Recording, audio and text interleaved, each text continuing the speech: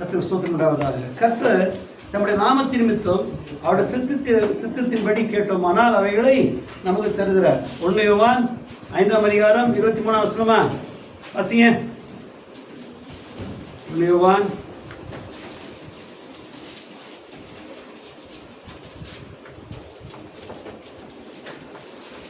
14ஆம் வசனம். 1 யோவான் 5ஆம் அதிகாரம் 14ஆம் வசனம். And this is the confidence that we have in Him, that if we ask anything according to His will, He heareth us. Hallelujah. நாம் எதையாகிலும் அவருடைய சித்தத்தின்படி கேட்டால் அவர் நமக்கு செவி கொடுக்கிறார் என்பதே அவரை பற்றி நாம் கொண்டிருக்கிற தைரியம். எப்படியா திருப்பி வாசிங்க. நாம் எதையாகிலும் அவருடைய சித்தத்தின்படி கேட்டால் அவர் நமக்கு செவி கொடுக்கிறார் என்பதே அவரை பற்றி நாம் கொண்டிருக்கிற தைரியம். அடுத்த வசனத்தை வாசிங்க. யோவான் 9ஆம் அதிகாரம் 31ஆம் வசனம். அதுல ஒருவன் தேவபக்தியுடனாயிருந்து அதை மட்டும் வாசிங்க. But if any man be a worshipper of God and doeth His will, him He heareth. ஆமென். 9:31ல ஒருவன் தேவபக்தியுள்ளவனாயிருந்தால் மட்டும் வாசிங்க. ஒருவன் தேவபக்தி உள்ளவனாய் இருந்து அவருக்கு சித்தமானதை செய்தால் அவனுக்கு செவி கொடுப்பார். பாத்தீங்களா எப்படியா? அங்க என்ன சொன்னாரு? அவர் சித்தமானதை கேட்டால் கட்டாயம் தருகிற என்ற தைரியம் நமக்கு இருக்குன்னு சொன்னாரு. இங்க என்ன சொல்லிருக்கு? ஒருவன் தேவபக்தி உள்ளவனாயிருந்து எப்படி இருக்கணுமா? தேவபக்தி உள்ளவனாயிருந்து அவர் சித்தமானதை செய்தால், அங்க கேட்கறது இங்க செய்தா இல்லையா? அப்படியானால் நமக்கு ஒரு காரியத்தை கர்த்தர் வாய்க்க செய்ய வேண்டுமானால் ஒன்று அவர் சித்தமானதை கேட்கணும், இன்னொன்னு சித்தமானதை செய்யணும். அவர் சித்தமானதை செய்யறது என்னது? அவருடைய கட்டளையின்படி கை கொள்வது இல்லையா? கேட்கறது எப்படி இருக்கணும்? அவருடைய மனதுக்கு ஏற்றதை கேட்பது. இதுதான் கிறிஸ்துவனுடைய வாழ்வு. கிறிஸ்துவனுடைய வாழ்வு என்னது? இப்படி தான் இருக்கணும். நம்ம கேட்டதெல்லாம் தருவார். கேளுங்க கொடுக்கப்படும், அதெல்லாம் கொடுக்க மாட்டார். கர்த்தர் தானே அவரு கொடுப்பாரா? அவர் கர்த்தரா இருக்க நாங்கள் கேட்டதெல்லாம் கொடுத்தா அவர் கர்த்தர், நம்ம தானே அவர் கர்த்தராயிடுவோம். அப்படித்தானே? நாம கேட்டதெல்லாம் கொடுப்பாரு, சொன்னதெல்லாம் செய்வார்னாக்கா யார் கர்த்தர் இருக்கோ கிடையாது. அப்போ அப்படிலாம் பேசக்கூடாது. ஏன்னா அறியாமையினால பேசுறாங்க, உற்சாகத்தினால எதோ பேசிடுறாங்க. அப்படியானால் நம்முடைய ஜீவியத்துல கர்த்தர் காரியத்தை செய்ய வேண்டுமானால் முதல்ல இது அவர் சித்தமா இருக்குமா என்று கேட்டு செய்ய வேண்டும். இரண்டாவதாக எப்பொழுதும் அவருடைய சித்தத்தை செய்கிறவளா இருக்க வேண்டும். கேட்கறது எப்படி கேட்கணும்? அவர் சித்தமா இருக்குமா, நான் கேட்கறது கரெக்டா இருக்குமா அப்படி கேட்டாக்கா கட்டாயம் கர்த்தர் செய்கிறார். அதே மாதிரி இன்னொன்று என்ன செய்யணும்? எப்பொழுதும் அவர் சித்தமானதையே செய்யணும். ஜீவியம் அவருக்கு ஏற்ற மாதிரி இருக்கணும், நம்முடைய மனது அவருக்கு ஏற்ற மாதிரி இருக்கணும். அவர் சித்தத்தை அறிந்திருந்தால் நம்முடைய மனது அவருக்கு ஏற்றதாக இருக்கிறது இல்லையா? அப்படி போலவே நம்முடைய ஜீவி எப்படி இருக்கிறது? அவருக்கு பிரியமானதாகவே இருக்கிறது. இப்படி இருந்தா நம்முடைய ஜெபத்தை எல்லாம் கர்த்தர் கேட்பார். எந்த ஜெபத்தை கேட்பார் தெரியுமா? கர்த்தாவே எனக்கு வீடு கொடு, காசு கொடு, பங்களா கொடு மட்டும் இல்லை, எல்லாவற்றையும் மேல ஆண்டவரே அமெரிக்காவில் ட்ரம்ப்புடைய வாயை மூடுங்க ஆண்டவரே அப்படின்னா மூடுவேன். ஏன்னா அது முன்னக்கூட்டி உங்களுக்குள்ள அந்த எண்ணம் வந்துடும். அந்த எல்லாம் இவ்வளவு பிரச்சனை விடுதானே பண்றான், அந்த அதுதானே பண்றான் அப்படி உண்மையாக இருக்கு அது தெரிஞ்சு போச்சுன்னா கர்த்தர் சொல்லுவார். ஆகிங்க அது சொல்லிட்டாருன்னா உடனே பயன் பண்ணிடலாம். பாருங்க, நம்ம பெரிய பெரிய காரியங்களை செய்ய முடியும். கர்த்தர் நம்ம அற்ப காரியங்களை செய்யறேன்னு சொல்ல பெரிய காரியம் செய்யறோம். என்ன சொல்றாரு? ஒரு மலையை நினைச்சுன்னா பெயர்ந்து போய் தண்ணி கடலுக்குள்ள விழுந்துச்சுன்னா போய் விழுந்துருனாரு இல்லையா? அப்படித்தானே? அது நடந்தது ஒரு இடத்துல. எங்க நடந்து தெரியுமா உங்களுக்கு? பால் யாங்கிச்சோன்னு ஒரு பெரிய பாஸ்டர் இருக்கு. இப்போ பேர் மாற்றிட்டு டேவிட் யாங்கிச்சோ இருக்குது. இன்னொரு பேர் பால் யாங்கிச்சோ. அவர் எங்கே இருக்கிறாரு?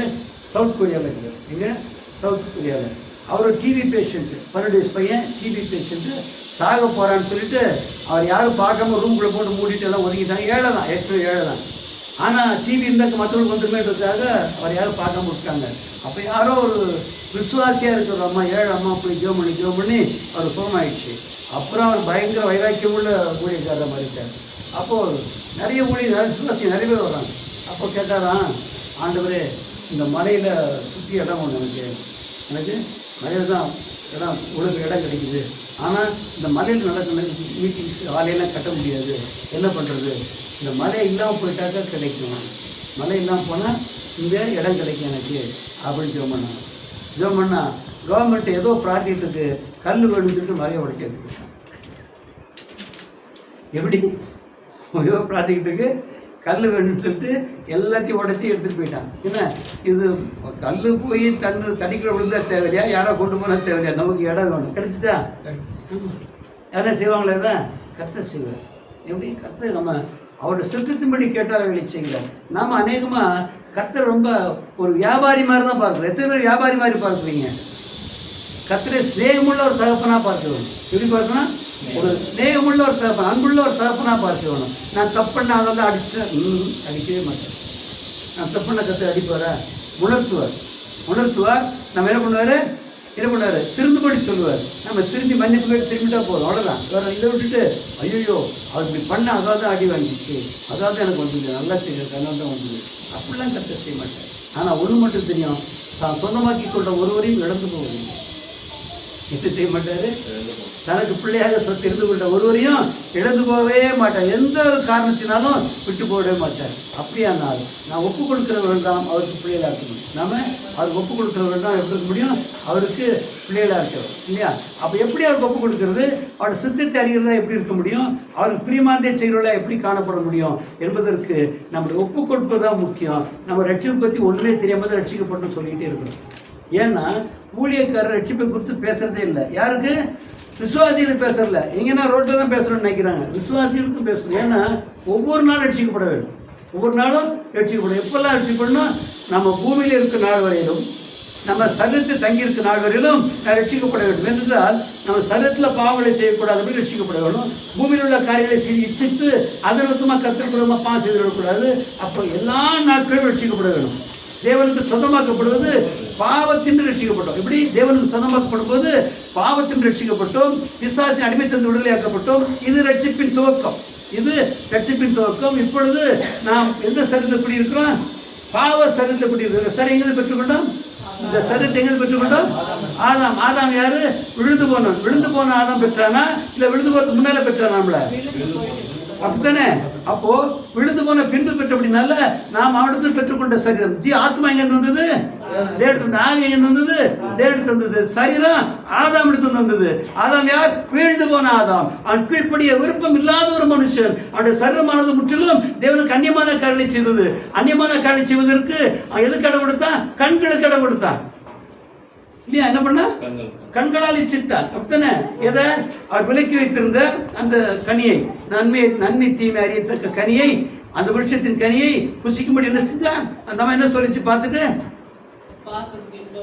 எப்படி இருக்குது? பார்க்கறதுக்கு கண்ணா, பார்க்கறதுக்கு இன்பமா இருக்குது. அதுக்கப்புறம் புசிப்புக்கு ஏற்றதா இருக்குது. என்ன அது? என்ன ஆவியா? இந்த ஆவி விட்டு விட்டாளா இல்லையா? ஆவியில புசிப்பதற்கு ஏற்றதா இருந்தா, திங்கவும் இல்லை, வாயில போடவும் இல்லை, நக்கியும் பார்க்கல, இல்லை எட்ட நிற்கிறா. என்ன சொல்றா?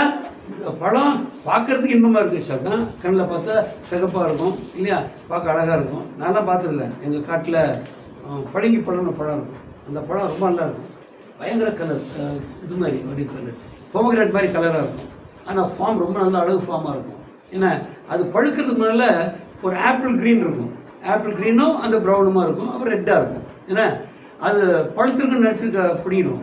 பழுத்துங்க அப்புறம் பார்த்தா வாயில் வைக்க முடியாது, பிடிக்கும். பாருங்க, பார்க்கறதுக்கு இன்பமாக இருக்குது, கரெக்டு தான். எதை வச்சு பார்த்தா? கண்களை வச்சு பார்த்தா இல்லையா? புசிக்கிறதுக்கு இன்பமாக இருக்கு. எதை வச்சு சொன்னா? ஆவியில சொன்னா, விருதயத்தில் சொன்னா. புசிக்கிறதுக்கு ஏற்றதா இருக்குது இல்லையா? கண்களை தெளிவிக்கிறதா இருக்கிறது. யார் சொன்னா? பேய் சொன்னா. என்ன சொன்னா? இதை பார்த்தால் உங்கள் கண்கள் திறக்கப்பட்டு யாரை போல இருப்பீங்க? தேவனை போல இருப்பீங்க சொன்னாரா? சொன்னா பேச சொன்னான் தானே? அதை ஏற்றுக்கிட்டா.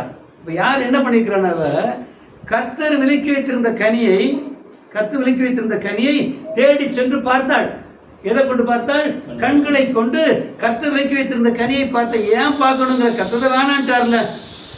தோட்டத்தின் நடுவே இருக்கிற நன்மை தீமை அறியத்தக்க கனி விருட்சத்தின் கனியை விருட்சத்தை நீங்கள் விருட்சத்தின் கனியை புசிக்க வேண்டாம், புசிக்கும் நாளில் நீங்கள் சாகவே என்று சொன்ன பின்னால இவங்களுக்கு என்ன அவசரம் வந்து அதை கண்ட பார்த்துக்கணும்னு அது வேண்டாம்னு சொல்லிட்டார்ல. இந்த கண்டு இருக்குது, கண்டதெல்லாம் பார்க்கல, இதையும் சேர்த்து பார்க்கணும்னு பார்த்தா இல்லையா? அப்போ யாருக்கு விரோதமாக போனால்? அப்போ மாம்சமானது எப்பொழுதும் தேவனுக்கு விரோதமாக தேடும்படி இழுத்து கொண்டு போகிறது. அங்கே போயிட்டதுக்கு அப்புறம் அங்கே ஆவி என்னாவது? அடிமைத்தனமாகுது. என்ன சொல்லுது? புசிக்கிறதுக்கு ஏற்றதா இருக்குது. அப்புறம் கண்களை தெளிவுக்கு யார் சொல்லி கொடுத்தா? யார் சொல்லி கொடுத்தா? பிசாசு சொல்லி கொடுத்தா. சொன்னா இல்லையா பாருங்க, வாசிங்க. ஆதியாகமம்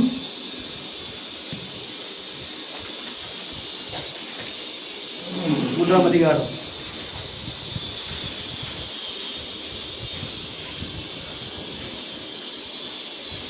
5ஆம் வசனம் வாசிங்க. யார் சொன்னா? 4-5 வாசிங்க. 3ஆம் அதிகாரம் 4-5 வசனம் வாசிங்க. And the serpent said unto the woman, Ye shall not surely die. For God doth know that in the day ye eat thereof, then your eyes shall be opened, and ye shall be as gods. Ye shall be like gods. Okay, போறோம். அப்பொழுது சர்ப்பம் ஸ்திரீயை நோக்கி நீங்கள் சாகவே சாவதில்லை, நீங்கள் இதை புசிக்கும் நாளிலே உங்கள் கண்கள் திறக்கப்படும் என்றும் நீங்கள் நன்மை தீமை அறிந்து தேவர்களைப் போல இருப்பீர்கள் என்றும் தேவன் அறிவார் என்றது. அப்பொழுது ஸ்திரீயானவள் அந்த விருட்சம் புசிப்புக்கு நல்லதும் பார்வைக்கு இன்பமும் புத்தியை தெளிவிக்கிறதற்கு இச்சிக்கப்படத்தக்க விருட்சமுமாய் இருக்கிறது என்று கண்டு அதன் கனியை பறித்து புசித்து தன் புருஷனுக்கும் கொடுத்தால் அவனும் புசித்தான். 4-5 வருஷம் மட்டும்தான். சரி, பரவாயில்ல, தப்பில்ல. ஆனா அங்க 4ஆம் வருஷத்தை என்ன சொல்றான்? ஸ்திரீயை நோக்கி நீங்கள் சாகவே சாவதில்லை. கர்த்தர் சொன்னாரு சாகவே சாவதில்லை. எப்படி போய் சொல்றான் பாரு, சாகவே சாவதில்லை. இப்போ இவ கர்த்தருக்கு உண்மையா இருந்தால், ஏவாள் கர்த்தருக்கு உண்மையா இருந்தால், கர்த்தரை உண்மையுடன் என்று எண்ணினால், கர்த்தர் உண்மையுடன் எண்ணினால் அவ கர்த்தரை வார்த்தையை செய்து கொடுப்பாளா? அதை ஏற்றுக்கொள்வாளா? அல்லது பிசாசு வார்த்தையை ஏற்றுக்கொள்வாளா? இல்லையா? அப்போ இவள் கர்த்தரை உண்மையுடன் எண்ணவில்லை, இவளும் கர்த்தருக்கு உண்மையா இருக்கவில்லை. நான் சொல்ல புரியுதா உங்களுக்கு? இவள் கர்த்தர் உண்மையுடன் எண்ணவில்லை. கர்த்தர் வாயில சொல்லிட்டாரு அதை புசிக்கும் நாளிலே, இல்லையா, தோட்டத்தின் நடுவில் இருக்கிற நன்மை தீமை அறியத்தக்க விருட்சத்தின் கனியை புசிக்கும் நாளிலே சாகவே சாவீர்கள் என்று கர்த்தர் சொல்லி இருக்கிறார். கட்டளை இட்டார். எப்படி போட்டிருக்கு? கட்டளை இட்டார் போட்டிருக்கு. அப்படி இருக்க இங்க என்ன பண்றான்? இந்த பிசாசு என்ன பண்றான்? நீங்கள் சாகவே சாவதில்லை என்று சொல்லுகிறான். இவன் முதல்ல என்ன பண்ணா? கர்த்தர் உண்மை உள்ளவர் என்று எண்ணவில்லை. ஏன்னா கர்த்தர் ஏன் தரல? என்னது? கர்த்தர் ஏன் தரல? அப்போ நமக்கு கர்த்தர் கொடுத்ததுக்கு மேல ஆசை இருந்ததுன்னா, அது மாம்சத்தால வந்ததுன்னா கர்த்தரை உண்மையுள்ளவர் என்று ஏற்றுக்கொள்ள மாட்டோம். யாரை சந்தேகிப்போம்? முதல்ல கர்த்தரை சந்தேகிக்கிறது. அப்படி யாரை ஏற்றுக்கொள்வது? யாருடைய வார்த்தை ஏற்றுக்கொள்வதுனா பல கண்ணுக்கு இடம் கொடுத்தோமானா கர்த்தருடைய உண்மையை இல்லை என்று சொல்லுவோம். அப்படியே பிசாசை உண்மை என்று ஏற்றுக்கொள்வோம். இது எங்க வழியா வந்தது? கண்ணு வழியா வந்தது, இல்லையா? அப்பதான் சொன்னா புசிப்பு கேட்டதாக. ஏன் அந்த படத்துக்கிட்ட போனாங்க அவங்க? தோட்டத்தின் நடுவிலேன்னு சொல்லி தோட்டத்தோடு போலாமா அவங்க? பிரியமானவர்களே, நீங்களும் நானும் கர்த்தரை உண்மையுள்ளவர் என்று விசுவாசித்தோமேயானால், he is faithful என்று சொல்லுவோமேயானால், நான் ஒருபோதும் அவருடைய வார்த்தையை சந்தேகிப்பதே இல்லை.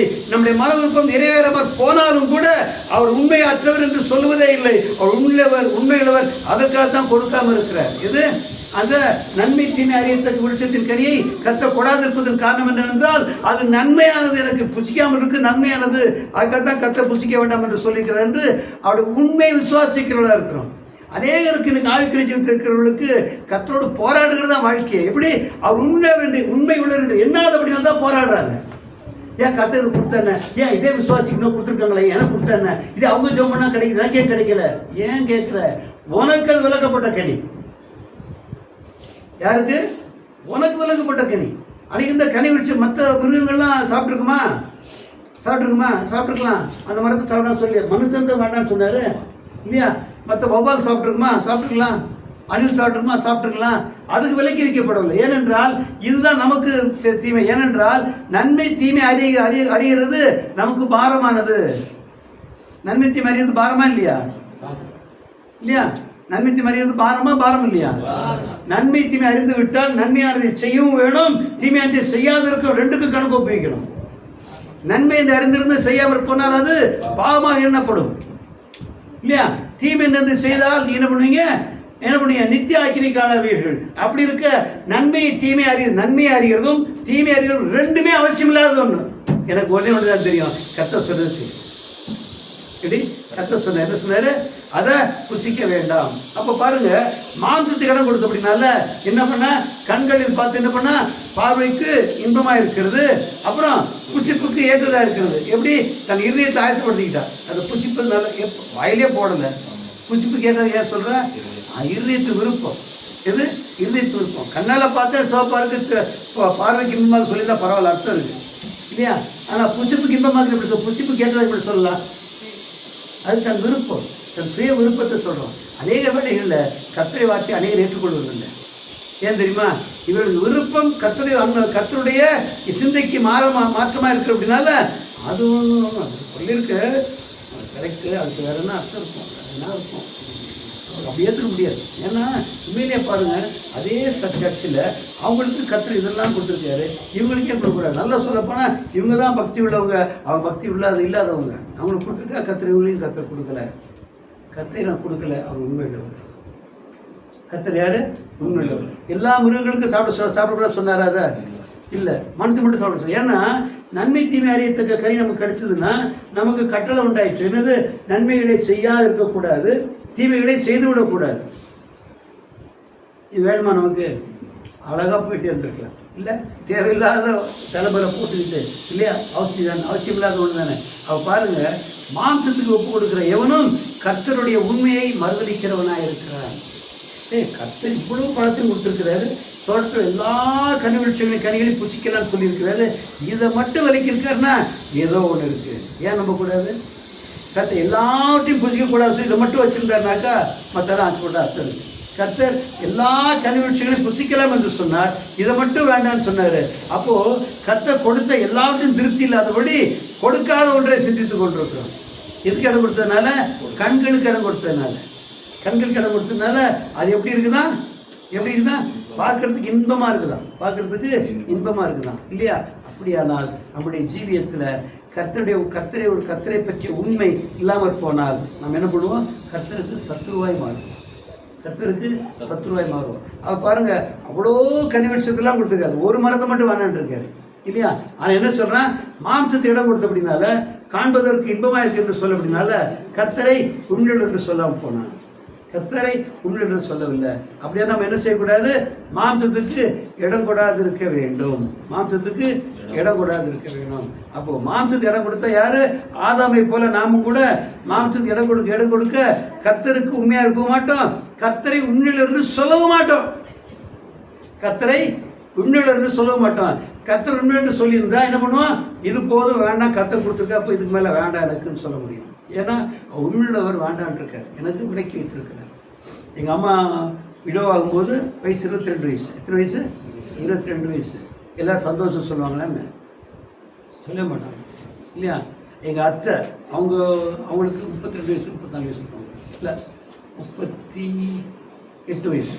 இந்த அம்மா 38 வயசு. அவங்க விடவாயிட்டாங்க.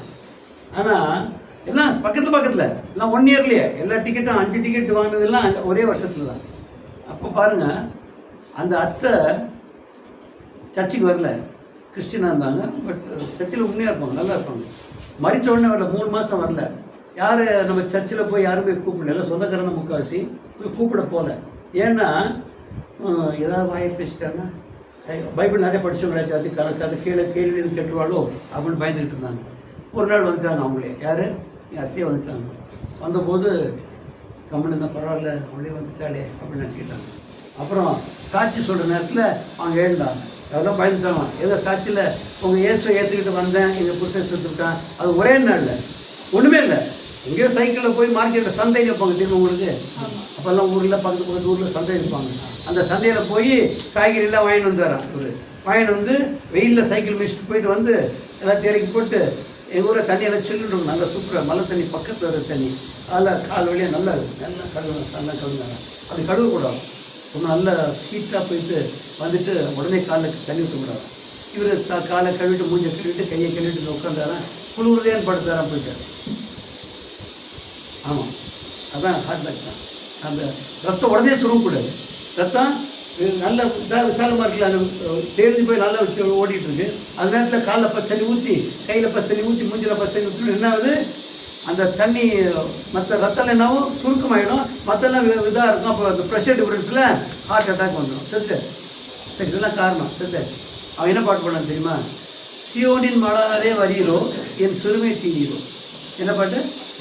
நேற்று அந்த பார்த்தேன் பாட்டு தெரிஞ்சு பாட்டு இருக்குது. அந்த பாட்டு சியோனின் மணாளனே நீர் வாரீரோ என் சிறுமை தீரீரோ, ஏன்னா சியோனின் அம்பு என்னை தினமும் என்னை தாக்குவதால் நான் சோர்ந்து போனேனே அப்படின்னு சொல்லி அவங்க பாட்டு எழுதுறாங்க. அத்தை நல்ல பாட்டு எழுதுவாங்க, ராகெல்லாம் போடுவாங்க, நல்லா சூப்பராக போடுவாங்க. 93 வயசுல இருந்தாங்க, அது வரைக்கும் நல்லா பாடுவாங்க. அப்போது அவங்க தைரியமாக இருந்தாங்க பாருங்கள். கர்த்தர் உண்மையை பற்றி என்ன பண்ணல, சந்தேகிக்கவில்லை. எனக்கு கணவன் இறந்தாச்சு, அதுவும் என்ன சொல்லுவாங்க, துள்ள துடிக்கன்னு சொல்லுவாங்க தெரியுமா, டக்கு செத்தா துள்ள துடிக்க இறந்துட்டாருமாங்க இல்லையா. அந்த மாதிரி சாவு கொடுத்தா கூட என்ன பண்ணாங்க, பாட்டு பாடுறாங்க, சியோனின் மணாளனே நீர் வரீரோ என்னுடைய சிறுமையை தீரீரோ. பாருங்க, அப்போ எந்த நிலைமையிலும் எந்த சூழ்நிலையிலும் கர்த்தரை உண்மையுள்ளவர் என்று எண்ணது தவறவே கூடாது. அப்போ அது உண்மையை சந்தேகிக்க கூடாது, நாமும் உண்மையை விட்டு விடக்கூடாது. அப்படியானால் மாம்சத்துக்கு இடம் கொடுத்தா, மாம்சமான கணம் இறந்து போனாலும் எனக்கு சியோனின் மணால் வந்தா போறதுன்னு தான் சொன்னார். என்ன சொன்னாங்க பாட்டு, சியோனின் மணாளனே நீர் வரீரோ என் சிறுமை தீரீரோ. ஏன்னா ஜூர்ஜான சொன்னா முண்டச்சின்னு சொல்லுவாங்க. அந்த காலத்தில் விடோவத்தில் எவ்வளோ பெரிய கஷ்டம் இல்லையா. நான் சொல்றது எப்போ 1952, எப்போ 1952 கிட்ட, ஆமாம் 52ல். ஏன்னா அப்போ 52ல் எப்படி இருக்கும் விடோ இருந்தா தெரியுமா உங்களுக்கு. இன்னைக்கு ஒரு கல்யாண வீட்டுக்கே புருஷன் தனியாக பொண்டாட்டி தனியாக போனாலே மானக்கேடு தான், தெரியுமில்ல உங்களுக்கு. ஆமாம், தனியாக ஒரு புருஷன் பொண்டாட்டி தனியாக போனாங்கன்னா அதை விட கீன உலகத்து ஒன்றுமே கிடையாது. கேட்க மாட்டாங்க, எப்போ பார்த்துட்டு அந்த பொம்பளையே தனியாக இருக்கும், அந்த வரமாட்டாங்க, பிடிக்காத போட்டு என்னன்னு தெரியல, அப்படிதான் பேசுவாங்க இல்லை. ஆனால் அன்னைக்கு எப்படி இருந்திருக்கும் பாருங்க, முண்டிச்சு வரா ஒதுங்கி போவாங்க. ஆமாம், ஒதுங்கி போவாங்க. எங்கள் அம்மாவில் நான் பார்த்துருக்கேன், எங்கள் கேம்பில் பக்கத்து வீட்டில் பொண்ணுக்கு மாப்பிள்ளை பார்க்க வர்றாங்கன்னாக்கா அந்த குடும்பத்தாலாம் வருவாங்க பாருங்க. எங்கள் அம்மாவே உள்ளே போய் உட்காந்துக்குவாங்க, வெளியே வந்துடக்கூடாது, யாரும் பார்த்துடக்கூடாதுன்னு வெளியே உட்காந்துக்குவாங்க, உள்ளே போய் உட்காந்துக்குவாங்க. ஆனால் இதில் வேற ரொம்ப கெட்டி ரொம்ப நல்லவங்களாம் இருக்கிறாங்க. வந்து எமி இன்னைக்கு பார்க்க வராங்க, மாப்பிள்ளை பார்க்க வராங்க, நீ கொஞ்சம் வெளியே இருந்துருமா, வெளியே வந்துடுறாங்க சொல்லுவாங்க. இல்லை எனக்கு தெரியும், நான் இருக்கிறேன், இல்லை உனக்கு தெரியும், அதான் சொல்ல வந்தேன். எப்படி வேதனையாக இருக்கும் இல்லை. அந்த காலத்தில் இந்த பாட்டை பாடுறாங்கன்னா எவ்வளோ தைரியம் இருக்கணும் பாருங்கள். அதான் கர்த்தருடைய உண்மையை பற்றி நல்ல அவநம்பிக்கை இல்லை. அப்போது மாம்சத்துக்கு இடம் கொடுத்திருந்தால், மாம்சமான கணவன் இறந்தது எனக்கு ஒரு பெரிய நஷ்டம் என்று எண்ணுவானே. ஆனால் கர்த்தருடைய உண்மையை சந்தேகிக்கிறவனாக இருப்பான், கர்த்தருடைய உண்மையை சந்தேகிக்கிறவனாக இருப்பான் இல்லையா. அப்படியானால் நாம் மாம்சத்தில் இருக்கிற எவனும் என்ன பண்ண முடியாது, கர்த்தருடைய உண்மையை விசுவாசிக்க முடியாது, கர்த்தருடைய உண்மையை விசுவாசிக்க முடியாது. எத்தனை பேர் கர்த்தருடைய உண்மையை விசுவாசியாமல் இருக்கிறீங்க? அப்போ அதுக்காகத்தான் கர்த்தர் நமக்கு என்ன சொல்லியிருக்கிறாருன்னா, முதல்ல வாசிங்க லூக்கா 14ஆம் அதிகாரம் 26ஆம் வசனம். லூக்கா 14ஆம் அதிகாரம் 26ஆம் வசனம்.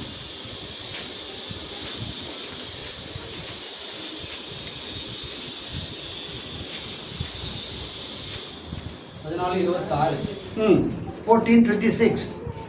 Beside all this, between us and you, there is a great gulf fixed, so that they which would pass from hence to you cannot, neither can they pass to us that would come from us. That is not that. 14:26. If any man come to me and hate not his father and mother and wife and children and brethren and sisters, and his own life also, he cannot be my disciple.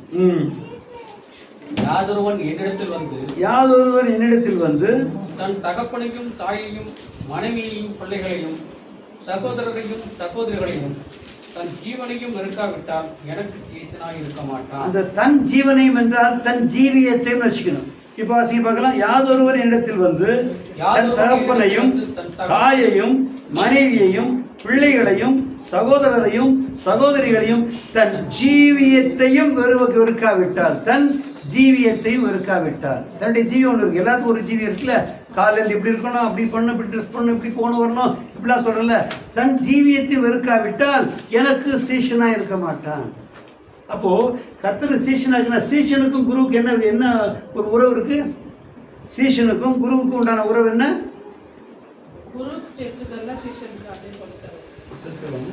என்ன நடுவில் அவங்களுக்குள்ள என்ன இருக்கு? கீழ்ப்படிதல் இருக்கு. என்ன இருக்கு? கீழ்ப்படிதல். குரு சொன்ன சீசன் அப்படியே செய்வான் இல்லையா? ஆமா. அதுக்கு இப்போ எனக்குலாம் நிறைய ஃப்ரெண்ட்ஸ் இருக்கிறாங்க. அதில் ஒரு சிலர் பார்த்து சொல்லுவாங்க, அவன் ஜேம்ஸுக்கு சீசன் பாங்க. எப்படி? அவன் ஜேம்ஸுக்கு சீசன். ஏன்னா ஜேம்ஸ் சொன்னா அப்படியே செய்வான். ஏன்னா அதுதான் ஜேம்ஸுக்கு சீசன்.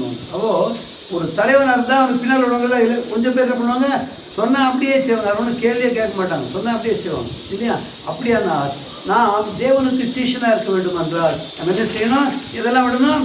தகப்பனையும் தாயையும் மனைவியையும் பிள்ளைகளையும் சகோதரையும் சகோதரிகளையும் தன் சொந்த ஜீவியத்தையும் தான் விரும்புகிற விதமான வாழ்க்கையையும் ஜீவனா உசுறு இல்லைங்க. ஜீவன் என்ன அர்த்தம்? உசுறு இல்லை. இதுக்கு என்ன பேரு? ஜீவியம். நான் விரும்புகிற வாழ்க்கையை விட்டு விடாது இருந்தால் என்ன செய்ய முடியாது? எனக்கு சீஷனா இருக்க முடியாது. அது எனக்கு கீழ்ப்படியவனா இருக்க மாட்டான். எப்படி என்ன செய்ய மாட்டான்? அவன் எனக்கு கீழ்ப்படிய. ஆதாம் கீழ்ப்படியில எப்படி கீழ்ப்படியாம போனான் சொல்லுங்க. எந்த மாம்சம் ஏவாளை பார்த்தோம். என்ன பண்ண? கண்களால் கண்டு அதை இச்சித்தாள், அது புசிப்புக்கு ஏற்றது என்று சொன்னாள் இல்லையா? புசிப்புக்கு ஏற்றது என்று சொன்னாள் இல்லையா? அது கண்களை தெளிவிக்கிறதா இருக்குது என்று சொன்னாள், எல்லாம் சொன்னால இல்லையா? ஆனா இங்க ஆதாம் என்ன செஞ்சான்? அவன் எப்படி கேட்பி? அவன் எப்படி என்ன பண்ணான்? அப்படியா சொல்லுது? மாம்சத்துக்கு இடம் கொடுத்தான். அவனுடைய மாம்சம் எது? மனைவிதான் மாம்சம். அந்த அக்கா சொல்றது அப்படியே கேட்டுக்கிட்டான் இல்ல, அந்த அம்மா சொல்றத அப்படியே கேட்டுட்டான். மனைவி சொல்றதை கேட்டு கர்த்தர் வார்த்தை தள்ளிட்டான். இந்த வார்த்தை கர்த்தர் யார்கிட்ட சொன்னாரு? தோட்டத்தின் நடுவில் இருக்கிற விஷயத்தின் கனியை புசிக்க வேண்டாம், புசிக்கும் நாளிலே சாகவே என்று யார்கிட்ட சொன்னார்? கர்த்தர் ஆதாம்கிட்ட. அப்போ ஆதாம் சொன்னா, கர்த்தர் என்ற சொல்ல வேலையை பாருன்னு சொல்றது விட்டுட்டு என்ன பண்ண? அவன் சொன்னாலும் சாப்பிட்டாங்க. அவள் கொடுத்தாள், இவன் புசித்தாள். அப்போ யாருக்கு இடம் கொடுத்தா? தன்னுடைய தகப்பனையும் தாயையும் மனைவியையும் என்ன பண்ணா? மனைவி செய்ய கொடுத்தான். யார? கர்த்தரை தள்ளி கர்த்தருக்கு கீழ்ப்படியாது இருக்கும்படி மனைவிக்கு இடம் கொடுத்தான், மாம்சத்துக்கு இடம் கொடுத்தான். ஆனபடினால் அவன் என்ன செய்யல? கர்த்தருக்கு பிரியமா இருக்க விழுந்து போனான். அவன் உள்ள சந்ததி எல்லாம் ஏவாள் சந்ததி, ஆதாம் சந்ததியா? நம்ம எல்லாரும் ஏவாள் சந்ததி, ஆதாம் சந்ததியா? ஆதாம் தான் சந்ததி. ஏவாளுக்கு எது சந்ததி? ஏவாள் சந்ததி இருக்கா என்ன? இல்ல, ஆதாம் தான் சந்ததி. நாம் எல்லாம் யாரு? ஆதாமுடைய சந்ததி. இந்த ஆதாம் கெட்டு போனதற்கும் நாம் பாவிகளானதற்கும் ஆதாமுடைய சந்ததியா இருந்து நாம் நரகத்துக்கும் சாபத்துக்கும் ஆளாவதற்கும் காரணம் என்னவென்றால், ஆதாம் ஆகிய மனுஷன் தன் மனைவி ஆகிய மாம்சத்துக்கு இடம் கொடுத்தபடினால் அவன் என்ன பண்ணா? நம்ம எல்லாரும் பாவத்துக்குள்ளாக்கினான். அவனும் பாவியானான், அவனும் சாபத்துக்கு இடான். நம்ம எல்லாம் பேசிட்டு கடைசியில் 1000 இருந்தாலும் ஒய்ஃப் இல்லை அப்படின்னு சொன்னா அப்படிதான் ஆயிடும். 1000 தானே, 1000 10,000 தானே. ஆண்டு எல்லாரும் 10,000 பேரில் சிறந்தவர். எப்படி? 10,000 பேரிலும் அவர் சிறந்தவர். நம்ம கர்த்தருடைய உண்மையை இருந்திருந்தா, இல்லைம்மா கர்த்தர் வேண்டான்னு சொல்லியிருந்தானே சாப்பிடக்கூடாது, விட்டுடு. நீ சாப்பிட்டியா? நான் உனக்காக கர்த்தர் பேசுகிறேன். எப்படி? நீ சாப்பிட்டியா? விடு, நான் கர்த்தரே பேசுகிறேன். ஆண்டவரே தெரியாமல் சாப்பிட்டேன், என் மாம்சமாக இருக்கிறேன், அதனால் உம்மிடத்தை கேட்குறேன், என் நிமித்தமாக அவளுக்கு மன்னிப்பு கொடுக்கும். கேட்கலாமா?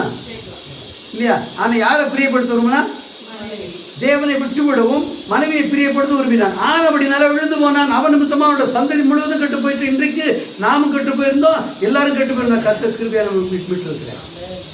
அப்போ மாம்சத்துக்கு இடம் கொடுக்கிறவன் தேவனுக்கு கீழ்ப்படியவே மாட்டான், முடியவே முடியாது. அதான் எனக்கு சீஷனாக இருக்க மாட்டான்னு சொன்னார். எப்படி? தன்னுடைய தகப்பனையும் தாயையும் மனைவியையும் பிள்ளைகளையும் சகோதரரையும் சகோதரிகளையும் தன் சொந்த ஜீவியத்தையும் வெறுக்காது இருக்கிறவன் எவனும் அவருக்கு சீஷனா இருக்க மாட்டான். எப்படி சொன்னா இப்படிலாம் ஜீவிக்க முடியுமா? இதை விட பிரசவம் வேற என்ன போகலாம்? எங்கே போகலாம்? நரகத்துக்கு மட்டும்தான். நிறைய இடம் இல்லை, 2 இடம் தான். ஒன்று தேவனோடு போகலாம், பரலோகத்துக்கு போகலாம். இல்லைன்னா தேவன் எல்லாம் போனால் வேற எங்கேயா போகலாமா? ஒரு இடம் தான் இருக்குங்க, ஒரே ஒரு இடம் தான் இருக்குது. வேற எங்கெல்லாம் போகலாம், ஒன்றும் இல்லை. தெளிவாக சொல்லியிருக்கேன் இல்லையா? நன்மை செய்தவர்கள் நித்திய ஜீவனை அடையவும், தீமை செய்தவர்கள் ஆக்கினை அடையவும் எழுந்திருப்பார்கள். எப்படி? இப்படி நம்ம தானியத்தில் போட்டிருக்குல்ல, என்ன போட்டிருக்கு? நன்மை செய்தவர்கள் என்ன பண்ணும்? நித்திய ஜீவனையும், தீமை செய்தவர்கள் என்ன ஆகணுமா? ஆக்கினை அடைவார்கள் என்படி எழுந்திருப்பார்கள். அப்போ நான் வாழ்க்கையை முடித்து மறித்த பின்பு உயிரிழந்திருப்போமே, ஆனால் நமக்கு பங்கு உண்டு. யாரெல்லாம் நன்மை செய்தவர்களாய், தேவனுக்கு கீழ்ப்படிந்தவர்களாய், கர்த்தருக்கு பிரியமாலை செய்கிறவர்களாய் நாம் நடந்து கொண்டோமேயானால் மாம்சத்தை கீழ்ப்படுத்தி இருப்போம், சுய ஜீவியத்தை கீழ்ப்படுத்தி இருப்போம், அவருக்கு கீழ்ப்படியும்படியாக சகலவற்றையும் அப்புறமாக்கி இருப்போம். ஆனபடினால் நாம் அவருக்கு சீஷனாக இருப்போம். அப்பொழுது நமக்கு ஆக்கினை தீர்ப்பல்ல, நித்திய ஜீவன் நமக்கு சொந்தமாக இருக்கும். அப்போ இது ரொம்ப கஷ்டம் நினைக்கிறீங்களா? இது ரொம்ப கஷ்டம் நினைக்கிறீங்களா? ஒன்றுமே கிடையாது, சாதாரண விஷயம். சத்துருவே ஸ்நேகிக்க சொல்லியிருக்கிறாரு, என் தாய் தகப்பனை ஸ்நேகிக்க வேண்டாம்னு சொல்லியிருக்காரு. நான் சொல்ல புரியுது உங்களுக்கு? இங்கே என்ன பண்ணுறது? தகப்பனையாயும் தாயையும் மனைவியையும் பிள்ளைகளையும் சகோதரரையும் சகோதரிகளையும் தன் ஜீவனையும் வெறுக்கா விட்டால் சீஷனாக இருக்க மாட்டான். அப்போ நம்ம தாயை நேசிக்க கூடாது போட்டிருக்கான். தகப்பனை நேசிக்கக்கூடாது போட்டிருக்கா? மனைவி நேசிக்கக்கூடாது போட்டிருக்கா? சகோதரன் நேசிக்கூடாது போட்டிருக்கா? சகோதரி நேசிக்கூடாது போட்டிருக்கா? பிள்ளைகள் நேசிக்கூடாது போட்டிருக்கா? இல்லை. என்ன சொல்லியிருக்குது?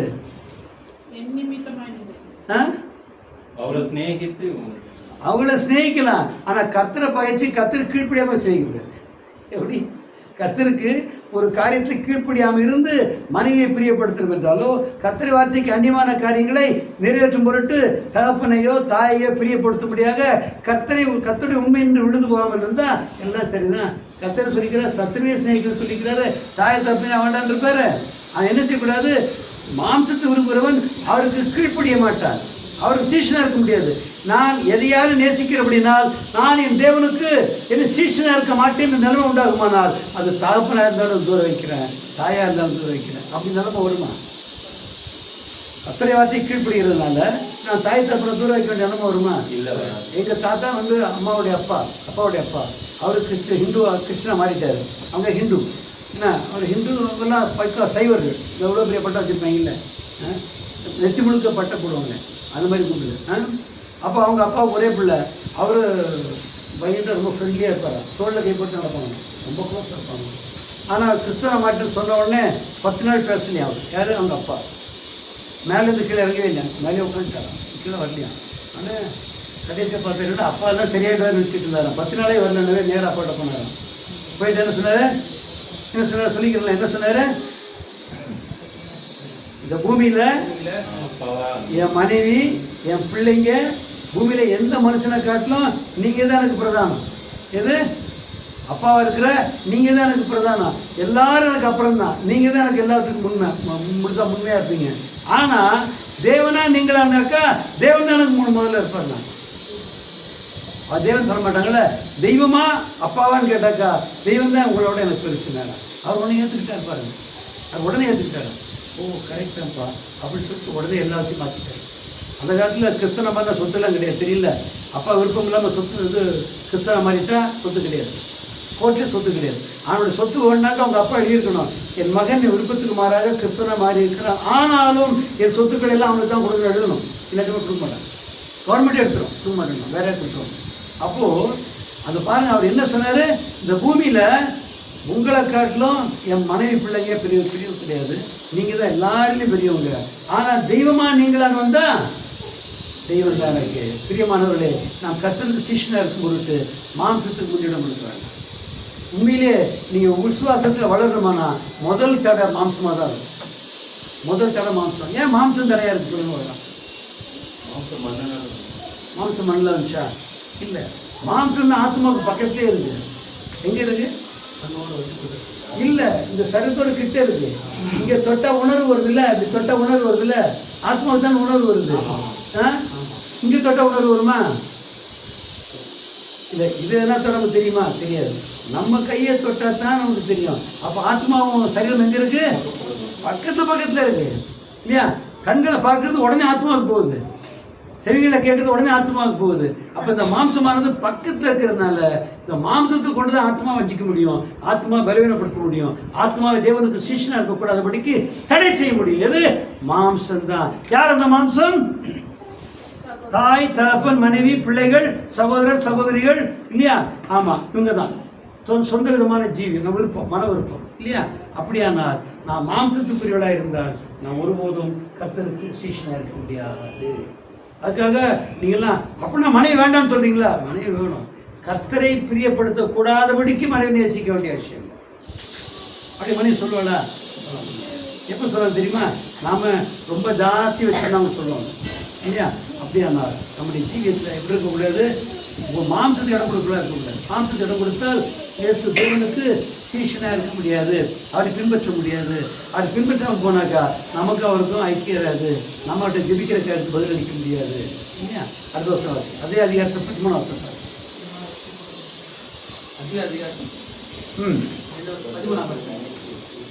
லூக்கா 14:33. So likewise, whosoever he be of you that forsaketh not all that he hath, he cannot be my disciple.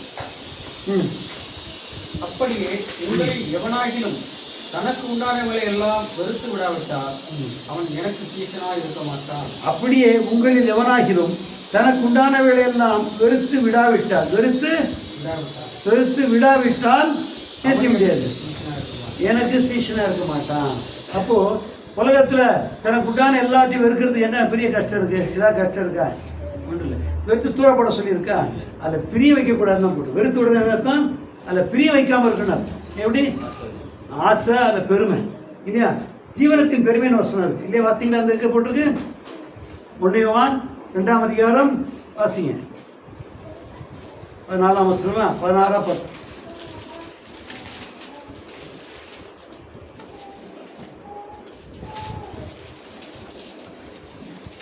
16 16 4:16 படிக்க. ஆமாம், இல்லை 2:16. For all that is in the world, the lust of the flesh and the lust of the eyes and the pride of life is not of the Father, but is of the world.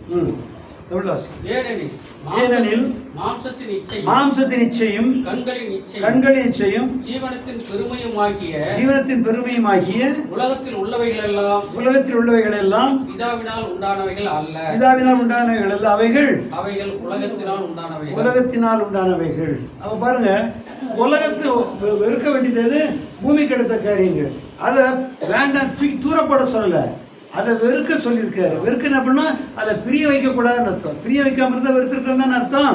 அப்போ அதை பிரிய வச்சா என்ன வரும்? பெருமை வரும். அடிக்கடி சொல்லுவேன், தான் வளையனாலும் சொந்த வளை இருக்கணுமாங்க இல்லையா? அப்படி அது என்ன பெருமைக்கு தான், வேற என்ன? அது அவர் இருக்கிறது ஒரு 2 பேர் ஒரே மாதிரி வீடு வச்சுக்கலாம். 2 பேருக்கு ஒரே மாதிரி வீடு, 2500 ஸ்கொயர் ஃபீட் ஒரு வீடு இருக்குது. எத்தனை ஸ்கொயர் ஃபீட்டில்? 2500 ஸ்கொயர் ஃபீட்டில் 2 பேருக்கு ஒரே மாதிரி வீடு. ஒரு ஆள் வாடகையில் குடியிருக்கிறான், ஒரு ஆள் சொந்த வீட்டில் குடியிருக்கிறான் இல்லையா? உங்கள் வீடு எப்படி இருக்குது? 2000 ஸ்கொயர் ஃபீட்டு. எப்படி? எங்கள் வீடு உங்களுக்கு ஒரே மாதிரி தான் பிளான், அதே இன்ஜினியர் தான் கட்டினேன், அதே பிளான். அப்படியா? ஆனால் நீங்கள் எவ்வளோ உங்களுக்கு எப்போ கட்டினீங்க? நான் கட்டல, நான் வாடகைக்கு தான் இருக்கிறேன். நாங்கள் சொந்த வீடு சொல்லுமா, நாங்கள் இருக்கிறது சொந்த வீடுமா இல்லையா? 2000 ஸ்கொயர் ஃபீட்டில் வாடகை கொடுத்து படுத்தா தூக்கம் வருமா வராதா? இல்லை இல்லை, அது எத்தனை ரூம் இருக்குது, இதுலேயே எத்தனை ரூம் இருக்குல்ல இல்லையா? எதில் எக்ஸ்ட்ரா ஒன்று என்ன இருக்குது? பெருமை மட்டும்தான் இருக்குது இல்லையா? எதில் பெருமைப்படுறான்? எதில்? உலகமாக இருக்கிற வீடு எனக்கு சொந்தமாக இருக்குன்னு சொல்லி பெருமைப்படுறான். சொந்த வீட்டில் பெருமை இருக்குன்னு யாராவது சொன்னால் வைத்துக்க முடியுமா? ஆவிக்கு இருக்க சொந்த வீட்டில் பெருமை இருக்க முடியுமா? அதன் ஜீவனத்தின் பெருமை வந்தால் கத்திற்பூர்வமாக இருக்கும். நம்முடைய ஜீவனத்தில் சொந்த வீட்லேயும் குடியிருக்கலாம், வாடகை வீட்லேயும் குடியிருக்கலாம், ஓசி வீட்லேயும் குடியிருக்கலாம். எப்படி? ஓசி வீட்டு. ஆனால் வீட்டில் குடியிருந்தால் சமாதானமாக குடியிருக்கணும், சுகதேகத்தோடு இருக்கணும். அதுதானே முக்கியம். சொந்த வீட்டில் உட்காந்து சண்டை போட்டு உட்காந்துருக்கிறது என்ன லாபம்? ஒன்றும் இல்லைல்ல. எங்கள் ஃப்ரெண்டு ஒருத்தர் இருக்காரு, ஜெயக்குமார் ஃபாஸ்ட்டு, பக்கத்து வீட்டில், அவர் வீட்டு பக்கத்தில் நிறைய ஹிந்துஸ் இருக்கிறாங்க. ஒரு பொம்பளை பயங்கர சண்டை போட்டே இருக்கும். அப்புறம் ஒரு வழியாக ஏதோ தெரியல, ஒன்று திடீர்னு ஜோம் பண்ணி சமாதானம் ஆயிடுச்சு. உடனே சொல்லிட்டாரு, சார் சோமா அந்த மாதிரி அந்த அம்மா வந்து கேன்சல் ஆகிடுச்சு என்கிட்ட சொல்லி மன்னிப்புலாம் கேட்டு ஆயிடுச்சு, ஜோம் பண்ணேன் பையனுக்கு பொண்ணுக்கா ஜோம் பண்ணேன் சரியாயிடுச்சு கேட்டார், சமாதானம் கேட்டார். எதிர் வீட்டுக்கார சண்டை போடுறான். இப்போ யார் சண்டை போடுறான்? எதிர் வீட்டுக்கார சண்டை போடுறான். என்ன செய்ய முடியும்? யோசிச்சு பாருங்க. இல்லை இன்னொருத்தர் என்ன பண்ணுறான், ட்ரைனேஜில் நான் இன்னும் ட்ரைனேஜ் கனெக்ட் பண்ணல, இந்த ட்ரைனேஜ் வருது, இவங்க வீட்டில் தண்ணி நிற்கிது, அதனால தான் அவங்ககிட்ட நிற்கிதுன்னு சொல்லிட்டு சண்டைக்கிறாங்க. இவரு சொல்றாரு, நான் நிற்கல, பக்கத்தில் இருக்காரன் போய் நிற்க வச்சுக்கிறேன், அதில் இருந்து நான் போய் அதை நோண்ட முடியுமான்றான். அதெல்லாம் தெரியாது, உன் வீட்டில் தெரியாது எனக்கு வருதுன்னு அவன் சொல்கிறான். இந்த வீட்டில் அடைச்சா இந்த வீட்டில் தண்ணி நிற்கும், இது ஏறுனா அந்த வீட்டுக்கு போவோம். அவன் சொல்கிறான், உன் தண்ணி தாண்டா வந்துருக்கான். அவன் சொல்கிறான், அந்த தண்ணி தாண்டா எனக்கு வருதுன்றான். உடனே அதை தரேன்னு சொன்னாக்கா அவன் சார் கண்டுக்க அவனுக்கு கீழே ஒழுங்காக போயிடுது. இவரு சொல்றாரு, நான் திறக்கணுமா சார், நான் போய் நோண்டி விடணுமா அப்படின்றாரு. இப்போது இந்த இதில் என்ன வந்திருக்கு? இப்போ உபத்திரம் தான் வந்துருக்கு. என்ன வந்திருக்குது? உபத்திரம் தான் வந்துருக்கு. சரி, இதே தொந்தரவு ரொம்ப ஜாஸ்தியாக தொந்தரவுன்னு வச்சுங்க, ஜாஸ்தியாக தொந்தரவாக இருக்குன்னு வச்சுங்க. வாடகை வீட்டுக்காரன் என்ன பண்ணலாம்? வேலையை விட சொல்லடா, வேறு வீட்டுக்கு போயிடலான்னு. அப்படி தானே? ஆமாம், வேறு வீட்டுக்கு போயிடலாம், தொலைஞ்சு போ, வேறு வீட்டுக்கு போயிடலான்னு. சொந்த வீட்டுக்காரன் போக முடியுமா? விக்கி பண்ணணும்னு சொல்லுவான். எந்த வீட்டுக்கும் அந்த வீடு 1.5 கோடி போகணும், இந்த வீடு 1.5 கோடி போகணும்னு சொல்லிடுவான். சும்மா பேச்சு. இப்போலாம் 5 கோடி 6 கோடி போயிடுச்சு இல்லை, 5 கோடி வச்சுக்கோங்க, 5 கோடி ஆயிடுச்சு, 5 கோடி போகணும்னு சொல்லுவான். நீ விற்க போகிற எவ்வளோ கேட்பான் தெரியுமா? நீ விற்க போகிறேன்னாக்கா எவ்வளோ கேட்பான்? 4 கோடி. பக்கத்தில் இருக்காருண்ணா அவங்களுக்கு சண்டை தங்கிட்டு போகிறேன்னா பக்கத்தில் இருக்கார சொல்ல என்ன சொல்லுவோம்? அவங்களோட சண்டை அல்லாத விற்றுட்டு போகிறாருமா. விற்க முடியுமா? விற்க முடியுமா? 3.5 கேட்பான். எவ்வளோ கேட்பான்? 3.5 கேட்பான். அப்போது உலகத்தில் உலக பிரகாரமான பொருட்கள் எல்லாம் நமக்கு என்ன இல்லை? பெருமையும் இல்லை, அதில் சமாதானம் இருக்குன்னு சொல்ல முடியாது. இருக்கலாம், இல்லாமலும் இருக்கலாம். ஆனால் நாம் என்னைக்கு உலகத்துக்குரிய காரியம் மேன்மேன்று எண்ணுகிறோமோ அப்பொழுது தேவனுக்கு பிரியமான சீஷர்களாய் இருக்க முடியாது. புரியுதா சொல்றது இல்லையா? அப்போ நம்முடைய ஜீவியத்தை எப்பொழுதும் தேவனுக்கு பிரியமா ஜீவிப்பதற்கு என்ன இருக்கக்கூடாது? நமக்கு மாம்சத்தை இடம் இருக்கக்கூடாது. ஆவி இது என்ன சொல்றது இல்லை, உலகத்தை இடம் கொடுக்கக்கூடாது. உலகத்தின் காரியங்கள் கொண்டு வேணாம். நீங்கள் நல்லா இருந்தால் நிறைய விரோதி இருப்பான், தெரியுமா உங்களுக்கு? நல்லா இருந்தீங்கன்னா நிறைய விரோதி இருப்பான். சின்ன இருக்கிறார சின்ன குட்டி பையனாக இருக்கும், ரொம்ப அழகாக இருப்பான். பயங்கரமாக குண்டுன்னு ரொம்ப அழகாக இருப்பான். அந்த பெராம்புலேட்டர்னு சொல்லுவாங்கல்ல, ப்ராம். அந்த ப்ராமில் வச்சு மச்சான் நாங்கள் தம்பி கூட்டிகிட்டு நடக்கும். போய்ட்டு 1 மணி நேரம் எங்கேலாமோ போய் சுற்றிட்டு வரும் எங்கள் ஏரியாவில். ஏன்னா கட்டாயமாக ஜுரம் வந்துடும். எப்படி? கட்டாயமாக ஜுரம் வந்துடும், சந்தேகமே இருக்குது. அப்புறம் எங்கேயா லீவ் இருந்ததுனாக்கா வண்டலூர் ஜூ கூப்பிட்டு போகிறேன், பீச்சுக்கு கூப்பிட்டு போவோம், கட்டாயம் ஜுரம் வந்துடும். பார்த்தீங்க, ஒன்றும் இல்லை, வன்கண். இதுக்கு யார் மேலே வன்கண்? நல்லா இருந்தானே வன்கண் இல்லை, நல்லா இருந்தானே வன்கண் இல்லையா? அதே மாதிரி நம்ம நல்ல வீடு கட்டோம்னாக்கா நம்ம நேரத்துக்கு நல்லா தான் பேசிகிட்டு இருந்தேன் இல்லை, நான் பெரிய வீடாக கட்டிட்டேன்னாக்கா அப்படிமா இப்போ பார்க்குற பாரு வித்தியாசமாக இருப்பார். முன்ன மாதிரி இல்லை பாடு என்ன, அதே மாதிரி தான் இருக்கிறேன். நீங்கள் 4 பேர் சேர்ந்து என்ன பேசுவாங்க? முன்ன மாதிரி இல்லை. இப்போ எப்படி இல்லை? முன்ன மாதிரி இல்லை. ஆனால் பார்வையே வர மாதிரி ஆயிடுச்சு. நான் வீட்டுக்கே போகிறதில்ல, பாபான்னு கூப்பிட்றா, நான் வரதில்லை. ஏன் அவள் பெருமையை காமிக்கிறதுக்கு கூப்பிட்றாளா? நான் போக மாட்டேன். அவள் பெருமையை காமிக்கிறதுக்கு கூப்பிட்றாளா? நான் ஏன் போகிறேன்? நான் மாட்டேன். நீ போனியா? நான் போனேன். வெக்கப்பல நீ அங்கே போ. டேய் என்ன பண்ண? அவங்க காசை பிடிங்க கேட்டல. யார் காசை பிடிங்க கேட்டல? பக்கத்து வீட்டு காசை பிடிங்க, இல்லை ஊரை கொள்ளையடிச்சு ஒன்றும் பிடிக்கல. சொந்த காசை கட்டியிருந்தா சூனி வச்ச மாதிரி ஆகி வச்சுருக்கோம் இல்லை? அப்போ பாருங்கள், நமக்கு உலகத்தின் பெருமை நமக்கு எப்பவுமே என்ன உண்டாக்கும்? தீமையை உண்டாகும். சுற்றி உள்ள சோதனையும் கூட நம்ம பயங்கர மாட்டோம். எத்தனை வீடுகளில் பார்த்துருக்குறேன், அண்ணன் பணக்காரனா போனால் தம்பிகள் தான் சேர்ந்து பயப்பாங்க. அண்ணன் வசதியாக போனால் தம்பிகள்லாம் சேர்ந்து பயப்பாங்க. பயங்கிறாங்க தானே? அவன் பயப்பாங்க இல்லை? ஆமாம் இல்லை? ஆமாம். கொஞ்சம் வசதியான வேற ஒன்றும் வேண்டாம், கொஞ்சம் வசதியான போகிறோம். இல்லை, நீட்டாக ட்ரெஸ் பண்ணிட்டாலே கூட போகிறோம். ஏன்னா நம்மளோட காசு கடை இவருக்கு தெரியாது, நான் போகிற சட்டம் மட்டும்தான் தெரியும் இல்லையா? நம்மளோட காசு கடை யாருக்கா தெரியுமா? தெரியாது. ஆனால் போடுற சட்டை தெரியும். சட்டை வித்தியாசமாக போட்டாலே காசு ஜாஸ்தி ஆச்சு போட்டு நினைக்கிறோம். அதனால் நான் கர்த்தருக்கு பிரியமாக இருக்க வேண்டுமா? நான் என்ன இருக்கக்கூடாது? என்ன இருக்கக்கூடாது? என்ன செய்யக்கூடாது? ஒரு நாளும் என்ன செய்யக்கூடாது? உலகத்துக்கும் மாம்சத்துக்கும் இடம் கூடாது இருக்க வேணும். அப்போ தான் கர்த்தருக்கு பிரியமாக இருக்க முடியும். அடுத்த வசனத்தை வாசிங்க. யோவான் 8ஆம் அதிகாரம் 31ஆம் வசனம். யோவான் 8ஆம் அதிகாரம் 31ஆம் வசனம்.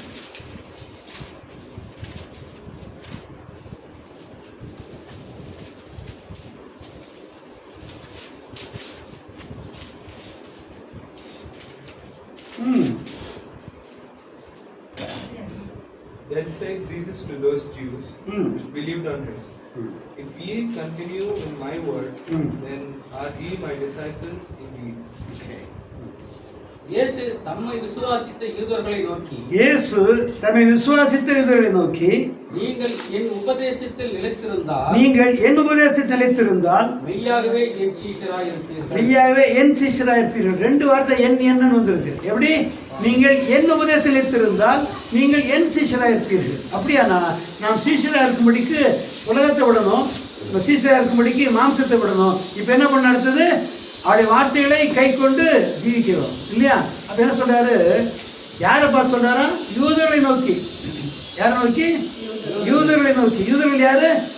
மேசியா விசுவாசிக்கிறவங்க தான் இல்லையா? அப்போ இயேசுவை ஏற்றுக்கொண்டார்கள். இயேசுவை மேசியான்னு ஏற்றுக்கொண்டார்கள். அவருடைய பிறப்பின்படியே ஆபிரகாமுக்கு பிள்ளையா இருக்கிறார்கள். அடுத்தது மேசியா விசுவாசிக்கத்தக்கதாக இயேசுவை ஏற்றுக்கொண்டிருக்கிறார்கள். போதாது, என்ன பண்ணணும்? என் உபதேசத்திலே. எப்படி? நீங்க என்னை விசுவாசிக்கிறீங்க, என்னை ஏற்றுக்கொண்டீங்க, மேசியான்னு ஏற்றுக்கொண்டீங்க. போதாது, என்னுடைய உபதேசத்தில் நீ சொந்தமான உபதேசம் பண்ணி கொடுங்க. ஏன்னா எனக்கு இந்த பைபிள் தெரிஞ்சு வச்சுன்னா சொந்தமான உபதேசம் இருக்கும் இல்லையா? என்ன சொல்லி என் உபதேசம் இருந்தால் என் சீஷராக இருக்கு. நம்முடைய ஜீவியத்தில் உபதேசங்கள் சொல்லப்பட்டா நான் அடிக்கடி ஜெபம் சொல்லுவேன். அந்த உபதேசம் கேட்டால் அன்னைக்கே ஒப்புவிடும். எப்படி அன்னைக்கு உபதேசத்தை கேட்டால் அன்னைக்கு ஒப்புவிடும். இப்படி கொடுத்தாதான் நாம் அவருக்கு சீஷராக இருப்போம் இல்லையா? சீஷராக இருந்தால் நம்ம எப்படி இருப்போம்? ஜனங்களை நியாயந்திருக்கிறவர்களாக இருப்போம். நாம் நியாயாசனத்தை நியாயந்திருக்கிறவர்களாக இருப்போம். அப்போ நம்ம கற்றுக் கொண்டு போவார். அப்போ நம்ம எப்படி இருப்போம்? ஜனங்களை நியாயந்திருக்கிறவர்கள். எப்படி நியாயந்திருக்க முடியும்? நான் கை கொண்டிருந்தால் மாத்திரமே மற்ற நியாயந்திருக்க முடியும். நான் குடிகாரன் மற்ற குடிகாரன் மேலே ஜட்மெண்ட் எழுத முடியுமா? இல்லை. அப்போது நான் கை கொண்டிருந்தால் மாத்திரமே மற்ற நியாயந்திருக்க முடியும். அப்படியானால் நாம் சீஷராக இருக்கும்படிக்கு மாம்சத்துக்கு தூரமாக இருக்க வேணும், உலகத்துக்கு தூரமாக இருக்க வேணும். அப்படியே வேற என்ன செய்யணும்? அவருடைய சத்தியத்துக்கு பக்கமாக இருக்க வேணும், சத்தியத்தை கை கொள்ளலாக இருக்க வேணும். அப்படி கை கொண்டிருந்தால் நிச்சயமாக சீஷராக இருப்போம், நித்திய ஜீவனம் சொந்தமாக இருக்கும். எல்லாம் பூஜ்யம் பண்ணுங்க. நான் மாம்சமா இருக்க மாட்டோம் என்று சொல்லுங்க. கர்த்தருக்கு கீழ்ப்படிய கூடாதபடிக்கு மாம்சத்துக்கு இடம் கொடுக்க மாட்டேன். கர்த்தருக்கு கீழ்ப்படிய கூடாதபடிக்கு என்ன பண்ண மாட்டேன்? உலகத்துக்கு இடம் தர மாட்டேன். உலகத்துல பெரிய பாராட்ட மாட்டேன். உலகத்தை நான் எனக்கு அந்நியமாக்கி வைத்திருப்பேன். கர்த்தருக்கு இடம் கொடுக்க மாட்டாதபடிக்கு அவருடைய சத்தியத்தின் வசனங்களை கை கொள்ளாமல் இருக்க மாட்டேன் என்று சொல்லி பூஜை பண்ணுங்க.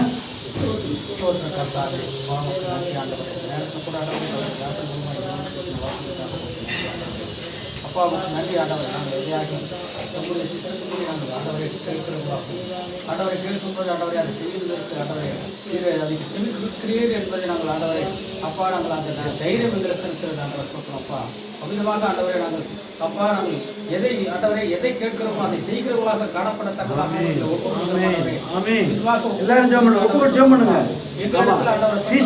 மாத்திரமே வரும்பொழுது நாம் எடுத்துக்கொள்ளப்பட முடியும். ஆண்டவரே தம்முடைய வார்த்தையை நாங்கள் கைக்கொண்டு அதில் நிலைத்திருந்து ஜீவிக்கிற சீஷர்களாக காணப்படத்தக்கதாகவும் நாங்கள் எப்பொழுதும் தமக்கு கீழ்ப்பிடித்திருக்கிறோம் காணப்படத்தக்கதாக உங்களை ஒப்புக் கொடுக்கிற ஆண்டவரை சொல்கிறோம். அப்பா ஆண்டவரே தம்முடைய வார்த்தையை கேட்கிற நாங்கள் ஆண்டவரே அதற்கு உண்மை உள்ளவராக கர்த்தர் உண்மை உள்ளவர் என்றும் ஆண்டவரே அவருடைய வார்த்தையை விசுவாசிக்கிற நாங்களும் ஆண்டவர் சொல்கிறோம். அப்பா அதை உண்மையாய் கைப்பற்றி ஜீவிக்கிறவர்களாக காணப்படத்தக்கதாக ஒப்புக் கொடுக்கிற ஆண்டவரே எவ்விதத்திலும் ஆண்டவரே அவர் வார்த்தையை கேட்டிருக்கிற நாங்கள் ஆண்டவரே அதை அசட்டை பண்ணாத பிடிக்க ஆண்டவரே அதை மீறாத பிடிக்கும் ஜாக்கிரதையாக ஜீவிக்கத்தக்கதாக தேவ அன்பிலே நிலைத்திருந்த ஆண்டவரே அவருக்கு பிரியமானபடி நாங்கள் செய்யத்தக்கதாக எங்களை ஒப்புக் கொடுக்கிற ஆண்டவரே நாங்கள் உலக ஆசையோ பண ஆசையோ பொருளாசையோ எங்களிடத்தில் இராதபடிக்கு ஆண்டவரே கண்களின் இச்சையோ மாம்சத்தின் இச்சையோ ஜீவனத்தின் பெருமையோ ஆண்டவரே உலகத்தினால் உண்டானவர்கள் எதையும் நாங்கள் விரும்பாதபடிக்கு அவரை வெறுக்கத்தக்கதாகவும் எங்கள் ஜீவியத்தையே நாங்கள் முற்றிலுமாய் வெறுக்கத்தக்கதாகவும் எங்களை ஒப்புக் கொடுக்கிற ஆண்டவரே விதமாக ஒப்புக் கொடுத்த ஆண்டவர் சொல்கிறோம்ப்பா. நீர் எங்களுக்குள்ள வந்து ஜீவிக்கும்படியாக எங்களை தாழ்த்தி ஒப்புக் கொடுக்கிற ஆண்டவரை சொல்கிறோம்ப்பா.